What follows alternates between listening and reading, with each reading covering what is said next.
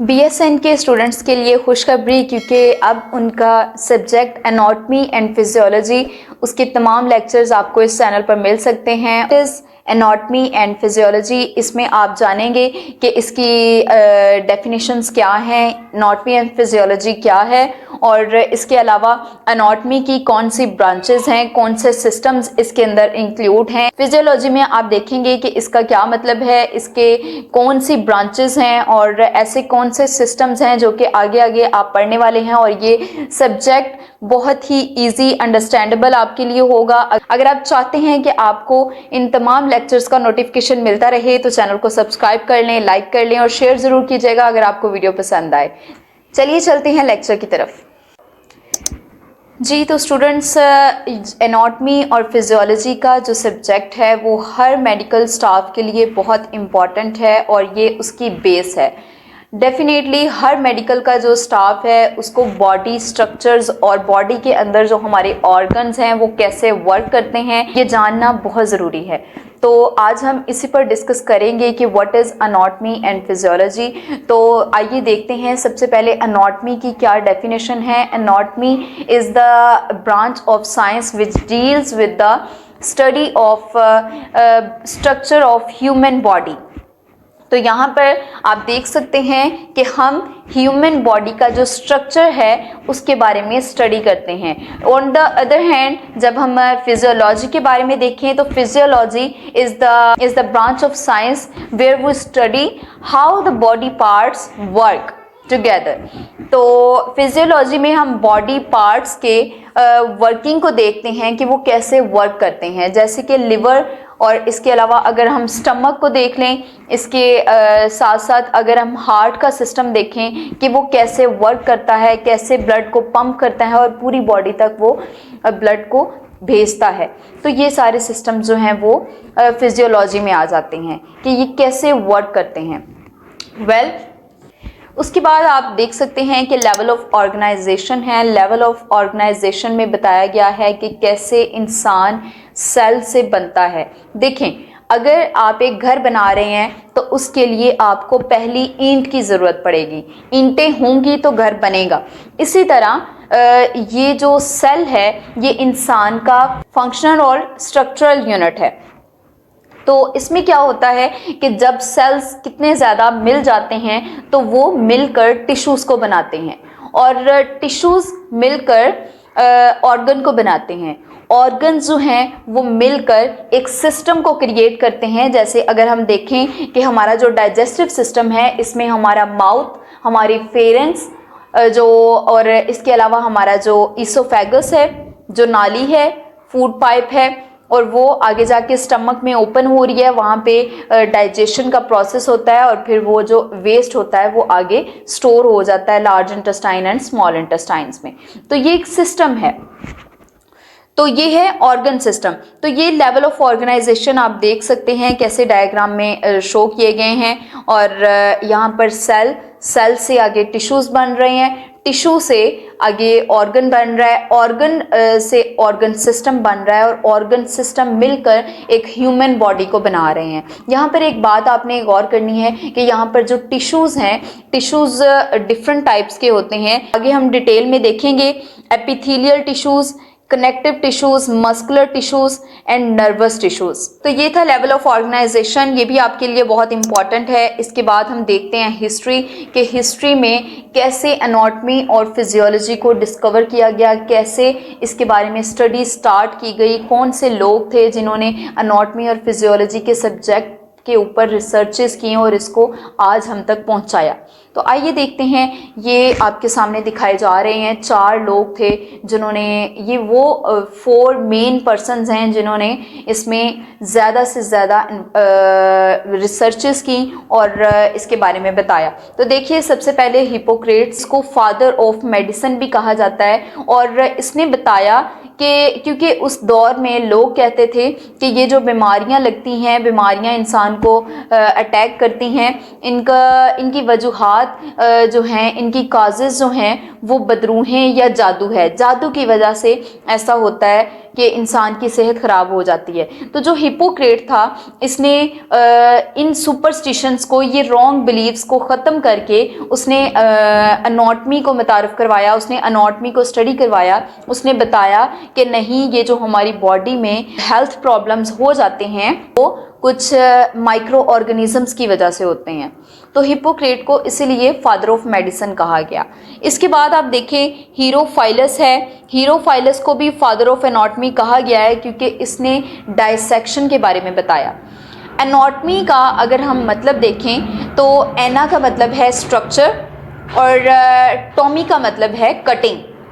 लेकिन यहाँ पर उस कटिंग की बात नहीं की गई जो हम फ्रूट कट करते हैं, वेजिटेबल्स को कट करते हैं। यहाँ पर कटिंग से मुराद डाइसेक्शन है, और डाइसेक्शन का मतलब होता है एक बॉडी को सेंट्रल पॉइंट से कट कर लेना और फिर उसको सेपरेट करके दोनों पार्ट्स को अंदर से स्टडी करना।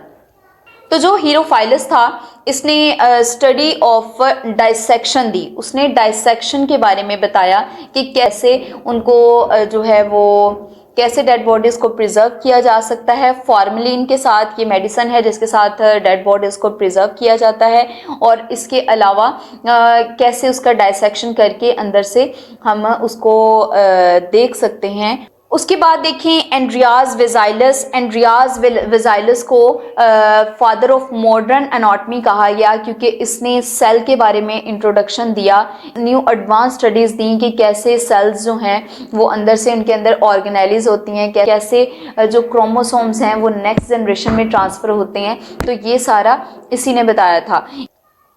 उसके बाद देखें तो एरिस्टोटल पर्सन था, इसने कंपैरेटिव स्टडी के बारे में बताया। कंपैरेटिव स्टडी कौन सी, कि इसने एनिमल्स और ह्यूमन बॉडी स्ट्रक्चर्स को कंबाइन करके देखा कि इनमें क्या डिफरेंस है, उनके बॉडी ऑर्गन्स किस तरह के हैं और ह्यूमन के बॉडी ऑर्गन्स किस तरह के हैं।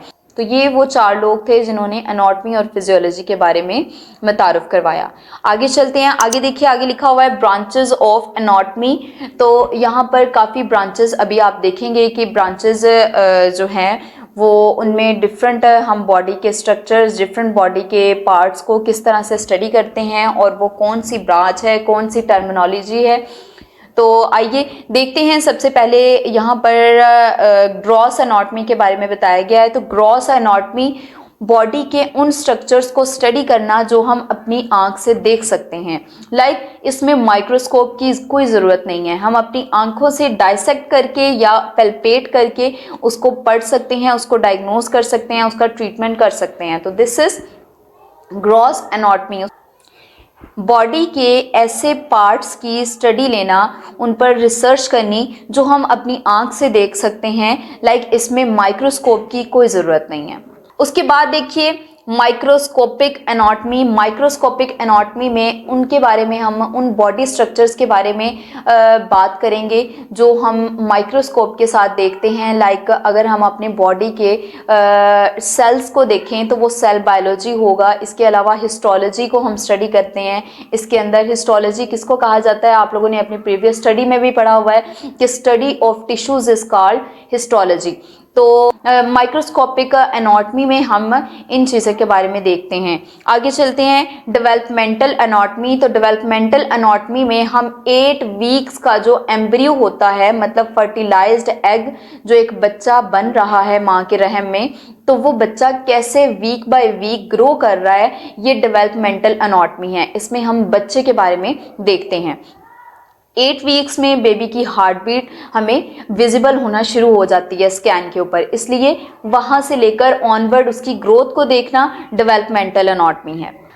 आगे देखिए, आगे मज़ीद इसकी ब्रांचेस हैं, ब्रांचेस ऑफ एनाटॉमी। इसमें सरफेस एनाटॉमी दिखाई गई है, रीजनल एनाटॉमी दिखाई गई है, सिस्टेमिक एनाटॉमी। इसके अलावा देखिए सरफेस एनाटॉमी का क्या मतलब है। सरफेस एनाटॉमी का मतलब है कि हम अपने बॉडी के पार्ट्स को अगर पल्पेट करके, अगर हम फील करके डायग्नोज कर सकते हैं, अगर फील कर सकते हैं कि इसके अंदर क्या मसला है, इसके नीचे, इस स्किन के नीचे क्या है, हड्डी है, इधर नीचे जो है वो रिब्स हैं, तो ये जो है पैल्पेशंस हैं, ये हम स्टडी करते हैं सरफेस एनाटॉमी के अंदर, मतलब स्किन को पैल्पेट करके देखना कि नीचे कौन सा स्ट्रक्चर है, कौन सा बॉडी ऑर्गन है।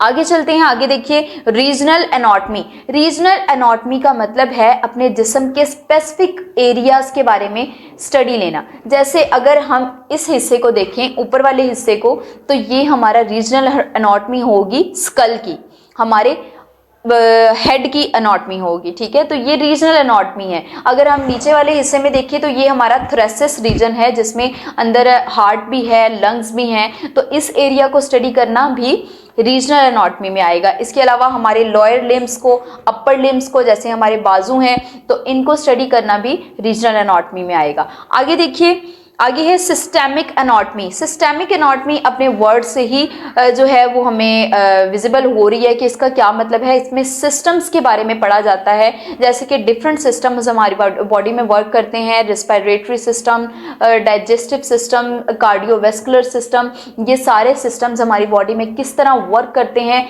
इसके ऊपर स्टडी करना सिस्टेमिक एनाटॉमी कहलाएगा। आगे है कैडावरिक एनाटॉमी। तो कैडावरिक एनाटॉमी में क्या पढ़ा जाता है? यहाँ पर डेड बॉडीज के स्ट्रक्चर को पढ़ा जाता है, और यहाँ पर इस एनाटॉमी में हम डेड बॉडीज के स्ट्रक्चर को पढ़ते हैं, उनको प्रिजर्व कर लिया जाता है फॉर्मेलिन मेडिसिन के साथ, और बाद में उनको डाइसेक्ट करके उनके इंटरनल ऑर्गन्स के ऊपर स्टडी की जाती है। तो ये है कैडावरिक एनाटॉमी। आगे देखते हैं लिविंग एनाटॉमी। लिविंग एनाटॉमी ये है कि जो आपने बॉडी स्ट्रक्चर्स के बारे में इंफॉर्मेशन ली है, अब वो आप प्रैक्टिकल साइड पे जाके उसकी प्रैक्टिस करें। तो इसका हम ये कह सकते हैं कि लिविंग एनाटॉमी में हैंड्स ऑन प्रैक्टिस होती है। तो लिविंग और ये आप जैसे कि पिक्चर में देख सकते हैं कि यहाँ पर एक फीमेल जो है वो हाथ रखकर चेक कर रही है, और इसके अलावा स्टेथोस्कोप के साथ उसकी जो है वो चेस्ट का चेकअप कर रही है। तो ये सारी लिविंग एनाटॉमी में आती है, मतलब आप क्लिनिकल साइड पे जाके अपनी हैंड्स ऑन प्रैक्टिस के साथ जब स्टडी करते हैं। आगे देखिए इमेजिंग एनाटॉमी और रेडियोग्राफिक एनाटॉमी। तो यहाँ पर हम बात करेंगे इमेजिंग की, कि जैसे हम एक्सरे करवाते हैं, एमआरआई करवाते हैं, और इसके अलावा अल्ट्रासाउंड करवाते हैं। ये सारे जो स्कैन्स हैं वो इमेजिंग एनाटॉमी में आते हैं। तो यहाँ पर इनको स्टडी करना इमेजिंग एनाटॉमी कहलाएगा। आगे देखिए, आगे है जेनेटिक एनाटॉमी। जेनेटिक एनाटॉमी के नाम से ही हमें पता चल रहा है कि जेनेटिक, यहाँ पर जीन्स की बात की जा रही है, क्रोमोसोम्स की बात की जा रही है, ट्रेट्स की, कैरेक्टरिस्टिक्स की बात की जा रही है, कि कैसे पेरेंट्स से जो इंफॉर्मेशन है, जो क्रोमोसोम्स हैं, वो नेक्स्ट जनरेशन में जाते हैं और वो खुसूसियात उनमें पैदा होती हैं। तो ये है जेनेटिक एनाटॉमी। आगे देखते हैं पैथोलॉजिकल एनाटॉमी।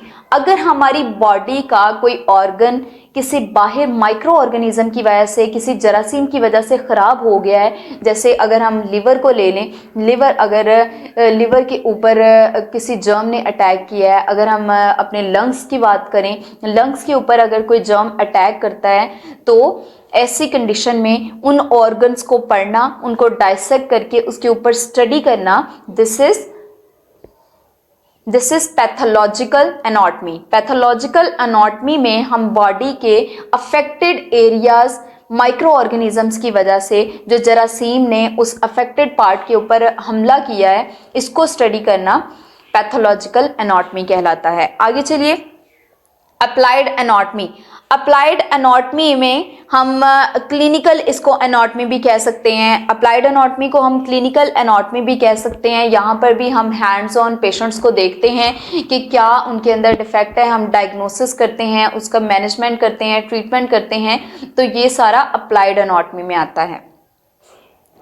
तो ये थी सारी एनाटॉमी की ब्रांचेस। आई होप कि आपको 1 बाय 1 इनके टर्मिनोलॉजीज़ का पता चल गया होगा। मज़ीद डिटेल हम नेक्स्ट लेक्चर्स में जानेंगे, और उसके बाद आप देखें कि इस स्लाइड पर ब्रांचेस ऑफ फिजियोलॉजी के बारे में बताया गया है कि फिजियोलॉजी की अब ब्रांचेस कौन सी हैं। तो उसमें देखिए endocrinology, cardiovascular physiology, immunology, respiratory physiology, renal physiology, pathophysiology. तो यहाँ पर सबसे पहले आप एंडोक्राइनोलॉजी। तो यहाँ पर स्टडी की जाती है एंडोक्राइन सिस्टम की। हमारी बॉडी में बहुत सारे हार्मोन्स जो हैं वो वर्क कर रहे हैं और हमारी बॉडी उन्हीं हार्मोन्स की वजह से हमें फीडबैक देती है। आगे देखिए कार्डियोवैस्कुलर फिजियोलॉजी। कार्डियोवैस्कुलर फिजियोलॉजी में हम दिल के बारे में स्टडी करते हैं। कार्डियो का मतलब हार्ट, वेस्कुलर का मतलब वेजल्स मतलब आर्टरीज और वेन्स, और फिजियोलॉजी मतलब उन बॉडी स्ट्रक्चर्स को स्टडी करना। तो ये है कार्डियोवैस्कुलर फिजियोलॉजी। आगे देखिए इम्यूनोलॉजी। इम्यूनोलॉजी में हम इम्यून सिस्टम के बारे में पढ़ते हैं कि कैसे हमारी कुव्वत मदाफ़त जो है वो बरकरार रहती है और इसमें कौन कौन से हमारे बॉडी स्ट्रक्चर्स हैं जो इस सिस्टम में हिस्सा लेते हैं और कैसे ये अफेक्ट हो सकती है। इन तमाम स्ट्रक्चर्स के बारे में स्टडी करना इम्यूनोलॉजी है। आगे देखिए रेस्पिरेटरी फिजियोलॉजी। रेस्पिरेटरी फिजियोलॉजी में हम रेस्पिरेटरी सिस्टम को देखते हैं, मतलब कि इनहेलेशन और एक्सहेलेशन का निज़ाम, ऑक्सीजन का अंदर जाना और कार्बन डाइऑक्साइड का बाहर, जिसको हम इनहेलेशन और एक्सहेलेशन कहते हैं। तो ये था रेस्पिरेटरी फिजियोलॉजी। इसके बाद देखिए रीनल फिजियोलॉजी। रीनल का वर्ड जहाँ भी आएगा it's mean talking about kidney. तो यहाँ पर किडनी की बात की जा रही है, तो किडनी के बारे में देखना, उसको उसके स्ट्रक्चर को समझना, उसको डाइसेक्ट करके उस पर स्टडी करनी, डायग्नोसिस करनी, ये सारा जो है वो रीनल फिजियोलॉजी है। आगे देखिए पैथोफिजियोलॉजी। पैथोफिजियोलॉजी मैंने आपको पीछे भी बताया कि पैथा का मतलब जर्म्स है, माइक्रो ऑर्गेनिजम्स हैं। तो इनके बारे में स्टडी करना कि ये कैसे हमारे बॉडी पार्ट्स को अफेक्ट करते हैं और फिर किस तरह वो बॉडी ऑर्गन रिएक्ट करता है। तो ये सारा कुछ जो है वो पैथोफिजियोलॉजी है।